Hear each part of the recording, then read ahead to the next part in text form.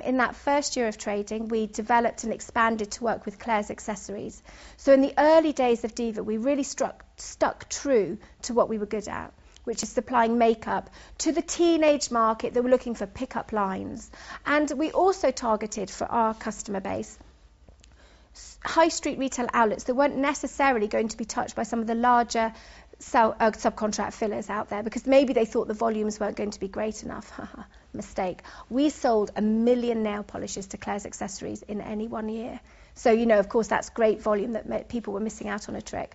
Anyway, so Diva Cosmetics was officially formed in January 2000, and in that first year of trading, our turnover was just over £1 million. And if you consider that the price points that we were selling our goods at, a nail polish we were selling for 47 pence, we were managing a huge volume of stock. Now, in that first year of trading, I also expanded. I took on an office manager. We took on a new marketing assistant. I even made my first big mistake, and I took on a sales and development lady. And I'll just digress a minute, because I think it's important for entrepreneurs to realise that we're not all brilliant at everything, as I mentioned with my blue glitter lip gloss. But I didn't also, because I had an idea and a passion to make it happen, suddenly become an HR expert overnight. But I was assessing the business and felt we really needed to get some new customers on board. And I thought, instead of relying on myself and my passion and my ambition and my drive, I thought I could take on a salesperson. She lasted 6 months. She brought in not a piece of business, and it taught me a valuable lesson that actually the best person to represent your business in those early stages is you.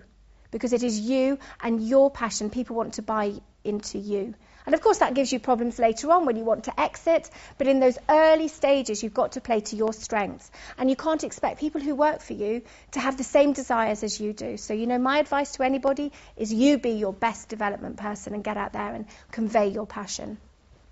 Anyway, so in that first year, the first year we'd done £1 million. In the second year, we expanded our customers, and we began to get a little bit more confident in what we were doing and realised that we were doing a really good job. And it was towards the end of that year that we expanded our supply base, which was a huge step for us. Instead of supplying from the UK, we actually went overseas and to the Far East. And that took quite a huge leap of faith, because suddenly we were working with people in a different language. We had to build in new lead times for our products. But of course, to be competitive in what is a very competitive marketplace, we had to get better costs. And our customers in turn realised that they knew that we were making margins, so they needed to drive it down. They wanted to drive our prices down.